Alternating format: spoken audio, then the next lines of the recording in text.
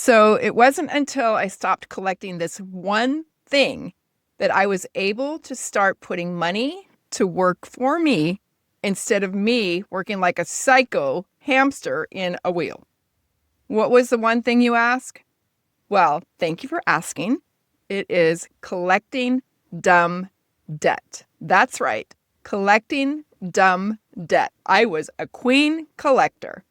In this podcast, I'm going to break down exactly what is dumb debt. But before we get to that, let me just go over a couple things. One, this podcast is sponsored by my weekly newsletter, PJ Insider, that I highly recommend that you subscribe to. I take notes so that you don't have to. You can just get them delivered to your inbox for this podcast.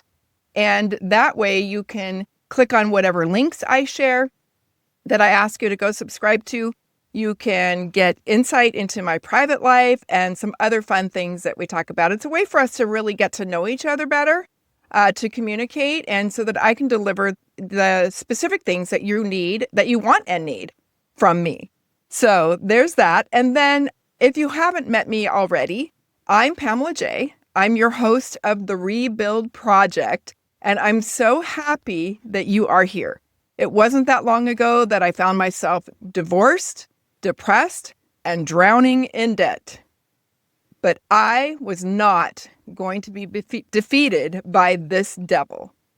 I knew God promised me a better life, and so with his help, I pulled up my bootstraps and got to work. I had to rebuild my life, which was not easy. I'm going to say it was a grueling experience, but I was dedicated and committed. So I had to rebuild my life.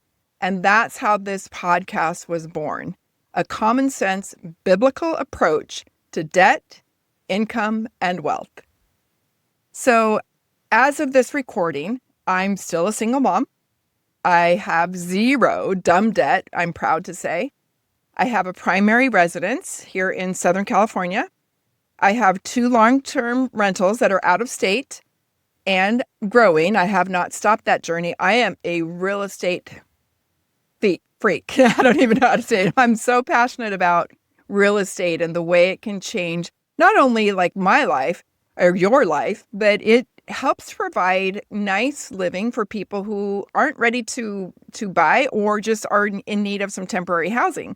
And I do long-term rentals. So when I say temporary, I mean short-term, like, 1 year, 2 years, something like that. So that's what I do. And then along with that, I am growing a business. That's what I'm building right now so that I can teach you how to do what God got me through. That was my promise to God. If he got me through my situation, I would then use that to teach others how to get through a similar situation, not necessarily the same, but similar. So I think that that is a win-win for all of us. So what is dumb debt? I believe it is composed of 3 things. Number 1, revolving credit card debt. Debt that you pay with interest every single month because you can't pay that principal down. That is number 1. Number 2 is student loans. And number 3 is car payments. I know, before you freak out, let's just review those again. 1, revolving credit card debt. 2, student loans. And 3, car payments. So let's dive in. Revolving credit card debt, or Afterpay even. Why do I think that those are dumb debt? The reason I think that they're dumb debt is, number 1, primarily they suck the life out of you. They really do. You don't even know how heavy that weight is, that burden that you're carrying, until it is completely lifted off your shoulders. So they do suck the life out of you, whether you know it or not. You are paying 17% plus or minus interest. And I know some of you play the game of, going for zero, transferring funds all around and getting 0% interest for a period of time, but you're still in the credit card game. And the banks are winning that game. I don't know if you realize that, but the banks are winning. They wouldn't offer you credit card debt if they weren't winning. Who's going to sell a losing product? They're certainly winning in that. And so by saying in it, you are letting them win. And you're letting yourself lose. And I don't like losing. I don't know about you. I'm super competitive and I want to win. You then are working only for that lender. Like literally, you are going to job, all of your active income, or a lot of your active income is going to work for that lender. You are not working for yourself. Your money cannot possibly ever go to work for you. It is constantly going to work against you when you have revolving credit card debt or this afterpay. I promise to pay, in 4 payments or whatever. I think that is like absolutely one of the worst things that ever hit the market besides credit cards. Remember, Proverbs 22:7 says, the rich rule over the poor, and the borrower is slave to the lender. There's a lot of truth in that. I'm telling you, you can get a whole life business plan by reading the book of Proverbs. It is incredible. And I would say read it over and over, because every time you read through it, it sparks new life and speaks differently to you because you're at a different point in your journey. And then the last thing I want to make, because everybody always brings this up, is I'm not saying that you can't have any credit cards, but you've got to get a grip. If you don't have a grip on your credit card spending, your impulse buying, all of that, then you need to just get rid of your credit cards, period. Plain and simple, you've got to get rid of them. So that's my spiel on number 1, revolving credit card debt or afterpay. 2 is the unforgiving student loans. Now, I say unforgiving because they are unforgivable in bankruptcy court. So you can go and have all of your debt canceled, but you cannot have your student loan debt canceled. That will go with you like a ball and chain to your grave. I am not kidding. You cannot get rid of it. It's not forgivable. I don't care what president promises that they're going to forgive your student loans. They are not. They cannot. It won't happen. And do you really want to be in bed with the government? I mean, you are in debt to your own government with a student loan. Don't even get me started on that. I'm talking not a personal loan, a student loan. Don't even get me started on how the government should not be in bed with you with student loans, and you shouldn't be in bed with them. So get rid of your student loans as quickly as possible. And here's the other kicker. I believe it's criminal and it's crippling. You don't even know. Here's a student, 18 years old, going off to college. Parents' first time maybe sending their child off to college. You don't even know what you're signing up for. College is so ridiculously expensive, and there's no payment that's required until you graduate. And you can graduate without a job with a crazy degree that's going to get you nowhere in life. Or maybe it's going to make you $50,000 a year, $60,000 a year, but you've got $200 and some thousand of credit card debt to pay back. I mean, not credit card, but student loan debt to pay back. Insane. And we wonder why our youth are drowning. Like, we cannot do this. I personally had $25,000 in student loan debt from a graduate degree at a local university here in Southern California.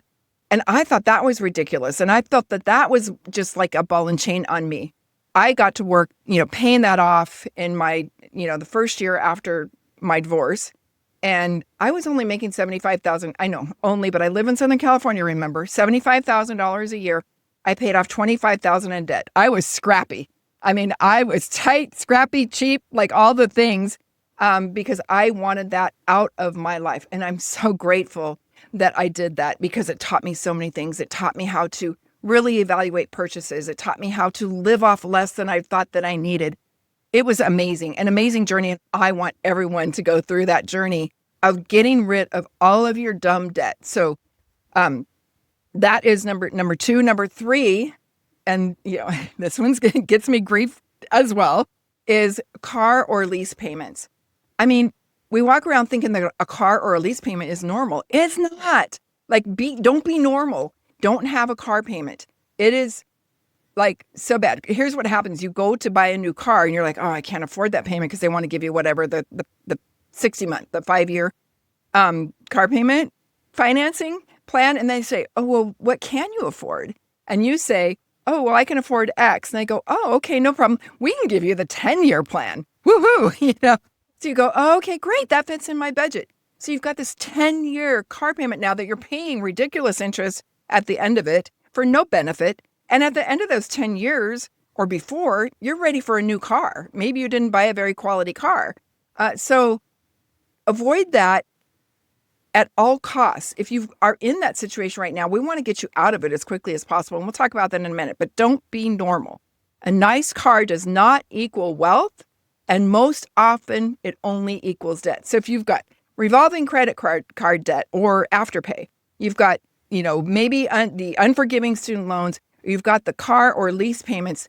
Oh my gosh, we've got to get you out from under that pile of dirt, like serious pile of dirt quickly.